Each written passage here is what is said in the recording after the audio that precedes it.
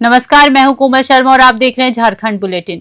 बिहार विधानसभा चुनाव में एनडीए की ऐतिहासिक जीत के बाद फतेहपुर चौक में भाजपा कार्यकर्ताओं ने जोरदार उत्सव मनाया। पूरे दिन नारों, ढोल नगाड़ों और रंग बिरंगी आतिशबाजी की गूंज रही। कार्यकर्ताओं ने राहगीरों और स्थानीय लोगों को मिठाई बांटकर जीत का जश्न मनाया। भाजपा नेता मनोज जोशी ने कहा कि ये जीत जनता के विश्वास, विकास के प्रति भरोसे और स्थिर सरकार की चाहत का परिणाम है। उन्होंने प्रधानमंत्री नरेंद्र मोदी और मुख्यमंत्री नीतीश कुमार को बधाई दी। कार्यकर्ताओं ने कहा कि ये जनता की जीत है और अब बिहार में विकास की रफ्तार और सुशासन मजबूत होगा।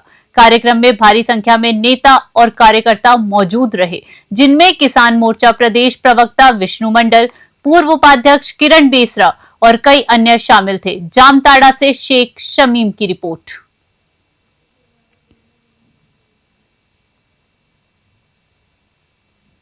बिहार विधानसभा चुनाव में एनडीए की ऐतिहासिक और प्रचंड जीत के बाद दुमका में भाजपा कार्यकर्ताओं ने जोरदार विजय उत्सव मनाया। टीन बाजार चौक में जिलाध्यक्ष गौरव कांत के नेतृत्व में भव्य आतिशबाजी की गई और नागरिकों में मिठाइयां बांटी गई। पूरा इलाका विजय के नारों से गूंज उठा।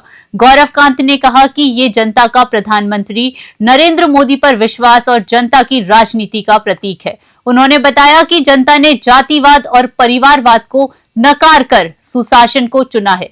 उन्होंने भरोसा जताया कि विकास और जन कल्याण की रफ्तार अब और तेज होगी। इस अवसर पर प्रदेश कार्य समिति सदस्य निवास मंडल, अनुज आर्य, अमिता रक्षित, जिला महामंत्री पवन केसरी और अन्य पदाधिकारी बड़ी संख्या में उपस्थित रहे। दुमका में भाजपा कार्यकर्ताओं का उत्साह साफ दिखाई दिया और लोग इसे विकास की जीत के रूप में देख रहे हैं।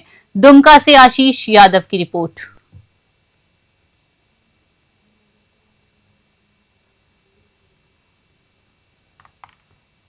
बिहार विधानसभा चुनाव में एनडीए की ऐतिहासिक और प्रचंड जीत के बाद धनबाद कोयलांचल में खुशी और उत्साह की लहर दौड़ पड़ी। झरिया में भाजपा विधायक रागिनी सिंह ने अपने समर्थकों और कार्यकर्ताओं के साथ भव्य विजय जश्न मनाया। कार्यकर्ताओं ने पटाखे फोड़े, रंग बिरंगी आतिशबाजी की और मिठाई बांटी। पूरा इलाका उत्सव और उमंग का केंद्र बन गया। विधायक रागिनी सिंह ने कहा कि जनता ने प्रधानमंत्री नरेंद्र मोदी और मुख्यमंत्री नीतीश कुमार के विकास को देखा और विपक्षी के तेजस्वी के रोजगार प्रलोभन को नकारते हुए 2/3 बहुमत दिया। उन्होंने बताया कि बिहार चुनाव केवल एक राज्य का चुनाव नहीं, बल्कि पूरे देश में भगवा लहराने का संकेत है। इस अवसर पर सैकड़ों भाजपा पदाधिकारी और कार्यकर्ता उपस्थित रहे। कार्यकर्ताओं ने भारतीय जनता पार्टी जिंदाबाद और नरेंद्र मोदी जिंदाबाद के नारे लगाकर पूरे माहौल को उत्सव में बदल दिया। धनबाद से सिंधु कुमार की रिपोर्ट। पूरा परिवार है, परिवार को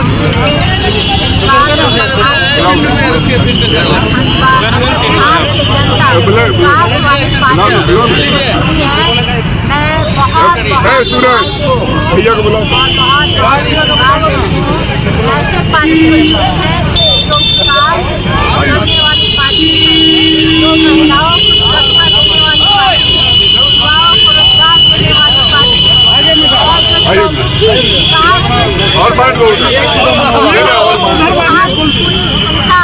बदल रही है। वो बिहार है जो आज जाने पे पहचान नहीं आती। वैसे बिहार आशा है। झारखंड भगवान बिरसा मुंडा की 150वीं जयंती के साथ अपना 25वां स्थापना दिवस रजत जयंती के रूप में मना रहा है। बोकारो के सेक्टर 1 स्थित शिबू सोरेन स्मृति भवन में जिले स्तर पर स्थापना दिवस कार्यक्रम आयोजित हुआ, जिसमें राज्य के पेयजल स्वच्छता विभाग के मंत्री योगेंद्र प्रसाद सहित कई वरिष्ठ अधिकारी शामिल हुए। कार्यक्रम के दौरान लगभग 100 करोड़ रुपए की विभिन्न विकास योजनाओं का उद्घाटन और शिलान्यास किया गया। साथ ही करोड़ों रुपए की परिसंपत्तियों का लाभार्थियों के बीच वितरण भी हुआ। कई कंपनियों ने सीएमआर के तहत जरूरतमंदों को वाहन और अन्य उपकरण उपलब्ध कराए। मंत्री योगेंद्र प्रसाद ने कहा कि हेमंत सोरेन सरकार के 6 साल के विकास कार्य पिछले 17 वर्षों पर भारी पड़े हैं।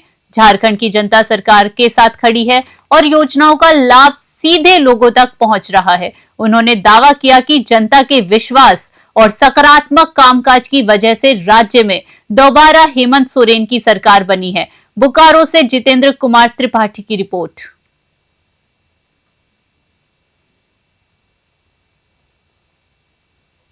हम अगर हम देखें ये राज्य बने 25 साल हो गया और 25 साल में अगर हम इन 6 साल के उदाहरण को देखते हैं तो हम समझते हैं कि जो बाकी शेष बचे वर्ष हैं उससे कहीं 6 साल भारी पड़ेगा। जितने राज्य सरकार में कार्य हुआ है निश्चित तौर पर वो 6 सालों में जो काम हुआ है वो 17-18 वर्षों में काम नहीं हो पाया। जहां हम अगर मैया योजना से लेकर के बेटियों को चाहे किशोरी समृद्धि योजना से फूलो झानो आशीर्वाद योजना से बिजली फ्री से लेकर के सर्वजन पेंशन योजना तक की अगर हम बात करते हैं, पुरानी पेंशन योजना तक की अगर हम बात करते हैं, बिजली बिल माफी तक का बात करते हैं, तो निश्चित तौर पर जिस तरह की हमारी सरकार निर्णय ली है आज लोगों के चेहरे पर मुस्कान नजर आता है। लोगों को इस बात को कहते हुए गर्व होता है कि वह झारखंड का निवासी हो और झारखंड की सरकार हमें हर सुख दुख में साथ देने का काम करती है। हम पूर्वी हलूदबनी की आदिवासी महिलाओं और युवतियों के लिए पेंटिंग कला रोजगार का नया साधन बन रही है। बरली, सोहराय, सोहरा, मधुबनी और डोकरा शैली जैसी पारंपरिक कलाओं पर आधारित इन पेंटिंग्स को महिलाओं ने पिछले 6 महीनों में तैयार किया है, जो देखने में बेहद आकर्षक और सांस्कृतिक विरासत को दर्शाने वाली है। महिलाओं द्वारा बनाई गई इन कलाकृतियों को अब टाटा स्टील्स द्वारा आयोजित गोपाल मैदान के संवाद कार्यक्रम में स्टॉल लगाकर बेचा जाएगा, जिससे उन्हें सीधा आर्थिक लाभ मिलेगा। पूर्वी हलूदबनी पंचायत की मुखिया पानो मुर्मू ने बताया कि इस पहल का उद्देश्य महिलाओं को स्वावलंबी और आत्मनिर्भर बनाना है, ताकि वे खुद अपने पैरों पर खड़ी हो सके। लगातार प्रशिक्षण और सहयोग से अब महिलाएं कला को रोजगार का मजबूत जरिया बना रही हैं। जमशेदपुर से जितेंद्र त्रिपाठी की रिपोर्ट। ये हमारे पंचायत पूर्वी हलूदबनी की महिलाओं द्वारा पेंटिंग किया जाता है, कैनवास पेंटिंग किया जाता है।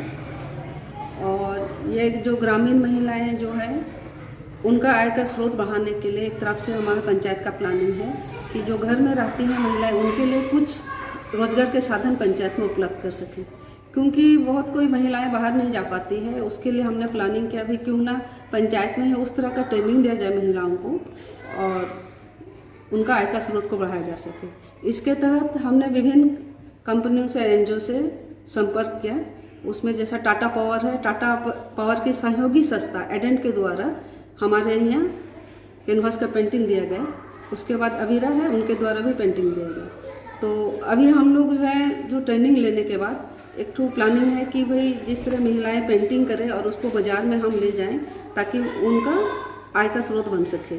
तो प्रेस वार्ता के दौरान रामानुज पीठ के आचार्य अंगद पद्मनाभाचार्य ने गौवंश संरक्षण और सांस्कृतिक अस्तित्व पर गंभीर चिंता व्यक्त की। उन्होंने कहा कि झारखंड में गौवंश तस्करी तेजी से बढ़ रही है और जामताड़ा क्षेत्र तस्करों का प्रमुख मार्ग बन चुका है। राज्य सरकार की लापरवाही और प्रशासनिक ढिलाई को इसके लिए जिम्मेदार बताते हुए उन्होंने एक बड़े जन आंदोलन की आवश्यकता पर जोर दिया। आचार्य ने केंद्र और राज्य सरकार से मांग की कि गौवंश तस्करी और गौमांस बिक्री पर तुरंत रोक लगाई जाए तथा कठोर कानून बनाकर सख्ती से लागू किए जाए।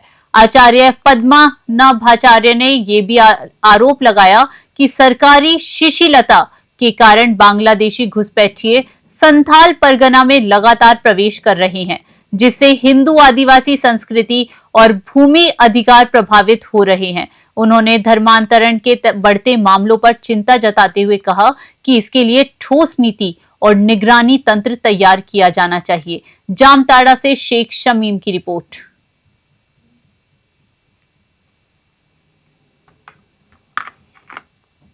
अभी के लिए खबरों में इतना ही। बने रहिए न्यूज़ 21 पे। नमस्कार।